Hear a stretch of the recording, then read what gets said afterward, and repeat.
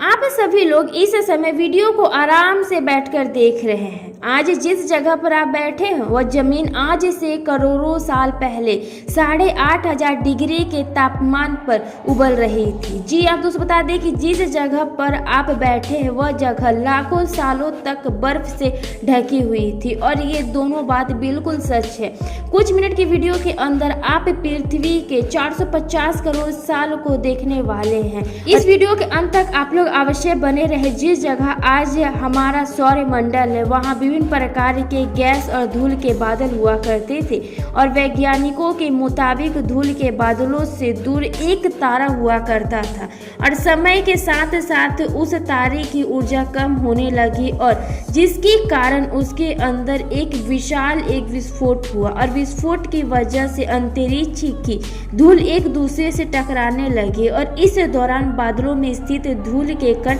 दबाव और गर्मी के कारण बड़े उल्का पिंड और पत्थरों में परिवर्तित हो चुकी थी। जी हाँ, और बता दें कि और इसी दबाव के वजह से इस बादलों में स्थित रेडियो और एक्टिव पदार्थ ने ग्रेविटी का निर्माण किया और इस ग्रेविटी के कारण बीच में ही हाइड्रोजन और हीलियम इकट्ठा होने लगी और इस भयानक दबाव के कारण एक विशाल विस्फोट हुआ और इस विस्फोट के कारण हमारे अंतरिक्ष में घूम रहे सूर्य ग्रहों में भारी वजन की वजह से सूरज के करीब आकर सूरज की परिक्रमा करने लगी और पृथ्वी पर ग्रेविटी होने की वजह से सूरज की परिक्रमा करने वाले पिंड पृथ्वी की परिक्रमा करने लगे और धीरे धीरे टूट कर यह पृथ्वी पर गिरते रहे। और ऐसी घटना हमारे पड़ोसी ग्रह थिया पर भी हो रही थी और जिसके कारण ही पृथ्वी के और करीब आने लगा और इस भयानक टकराव की वजह से पृथ्वी के हिस्से के रूप में अंतरिक्ष में फैल गए और एक रिंग की तरह पृथ्वी के चारों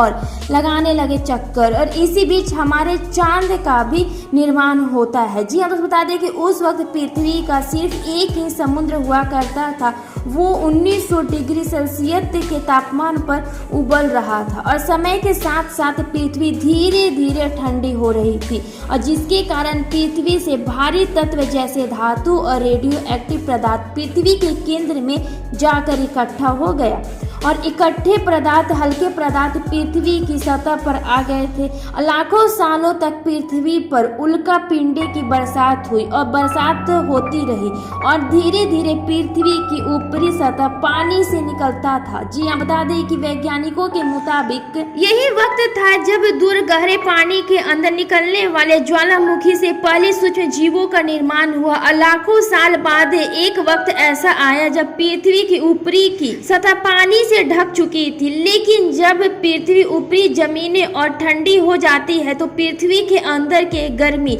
बाहर नहीं निकल पाती है जिसके कारण ज्वालामुखी का निर्माण होता है और ये आने वाले लाखों सालों तक ज्वालामुखी का निकलना जारी रखा जिसे पानी के ऊपरी जमीन का निर्माण हुआ और इस वक्त की पृथ्वी के वातावरण न होने की वजह से अंतरिक्ष से उल्का पिंडों का ह्रास हो रही थी। जी हाँ दोस्तों, और भी इसी तरह की लेटेस्ट अपडेट न्यूज जानने के लिए आप लोग हमारे चैनल के साथ जुड़े रहें। लाइक सब्सक्राइब जरूर कीजिएगा। मिलते हैं इसी तरह की न्यू वीडियो के साथ।